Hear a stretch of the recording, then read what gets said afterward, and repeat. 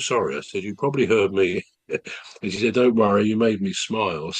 So it made me feel a bit better. But it just reminded me that sometimes, we think the phone is dead or they put you on hold, and we have to be careful if we're a bit stressed about it. Anyway, that's neither here nor there. So I can get a bit impatient if things are not going well. But otherwise, yeah. So I would say I'm a pretty good listener.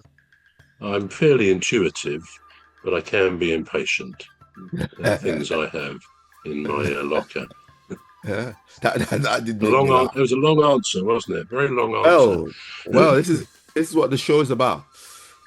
This is what the show is about. Now I know that you are a singer and a songwriter. Um, and once I think once in our conversation, you've let me know that you did a course in counseling skills or counseling anyway. Um, you know, Yes, I did. Yeah. yeah, yeah. Does that come across in your day-to-day conversations?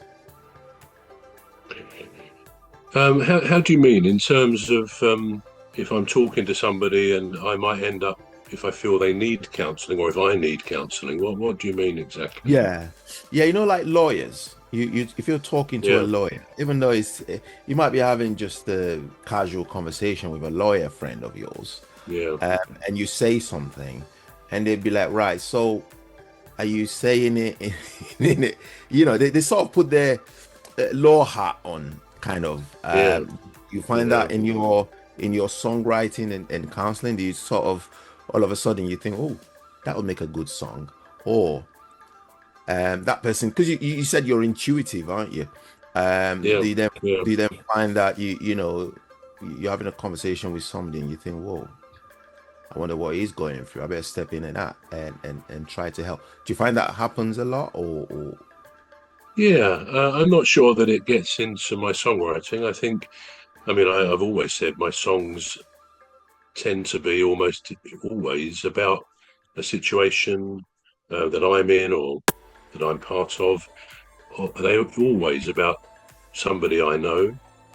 Um, I suppose unusually, perhaps for a man, I've never had a problem talking about feelings, expressing myself. There's the stereotype that us men, we shy away from ever talking about what we feel, and I suspect a lot of men are like that. But I've never really had a problem, nor putting those feelings into a song. I mean, I like the idea of expressing things that you really feel. I don't think I could sit down and just write a song just for the sake of writing a song. I don't think it would work.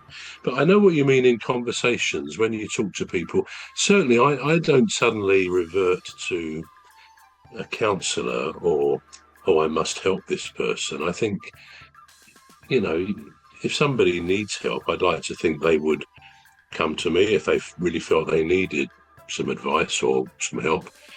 But no, I don't wear a hat which says, "Oh yeah, I'm the guy who can have the answers." Because the thing that's going back to Samaritans, you learn is we don't have answers to some other people's problems for the most part. Mm.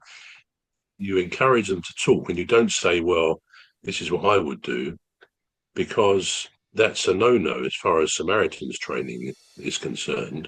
Mm. You let people almost find their own answers. That's the idea. So again, it's this idea of leaving gaps when someone's talking to you about problems. You learn, as I say in that training, not to kind of silence. Oh, well, what do you think about this? No, you just.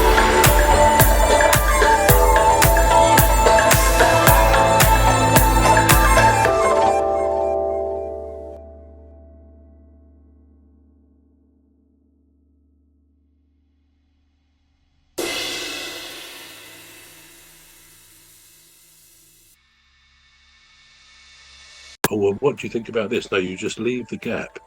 And I appreciate it. If I'm talking to someone, if I'm concerned about something, then we all need to get that out of our system. And if somebody with very good meaning, keeps saying, "Well, okay, tell me about this," then sometimes you need the gaps just to think about what you're saying. So Mm, yeah, I don't bring it into songwriting except that I can express what I feel about things and people, which I like to think is a quality, and it's in the song there.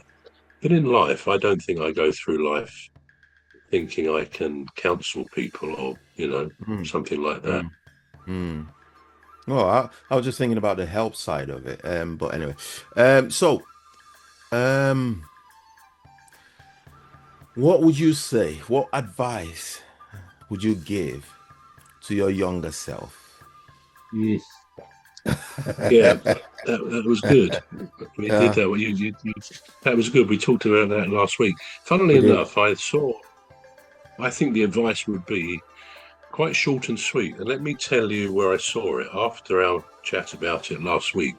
Right. There was a picture of a man, an older man, in the mirror. Oh, it may have been, but the young boy, a boy probably of about 12 or 13, in the mirror, and clearly there was a mirror there, and there was the older man. You saw both of them Yeah. because of this mirror, and the older man said it was obviously meant to be his younger self, very much younger self. And his comment was quite a quick comment, and therefore, and I took it on board, and I think it's what I would say to my younger self. He said, "Enjoy the ride because it's quick and goes very quickly." Mm, And I thought, yeah, that's good. Okay, it's not specific advice about what you do in a situation, no. except to say, we're all here, and when you're young, you don't really have obviously the awareness or the experience about life. Mm, So, very important to say to a younger self, enjoy it, enjoy the ride, enjoy your life. It goes very quickly, so make sure you enjoy it. mm. And obviously, they're then free to take the advice or not. But yeah, that would be my advice to my younger self. Don't fret too much. Just enjoy it because it will come and go pretty quickly. Pretty Mm. quickly. Yeah. Yeah. Yeah. Well, that's a very good one. Because sometimes you do you get yourself into situations where you tend to make something bigger than it is. For instance, a Mm. challenge or a problem, you overthink it, and then all of a sudden it's like this big, massive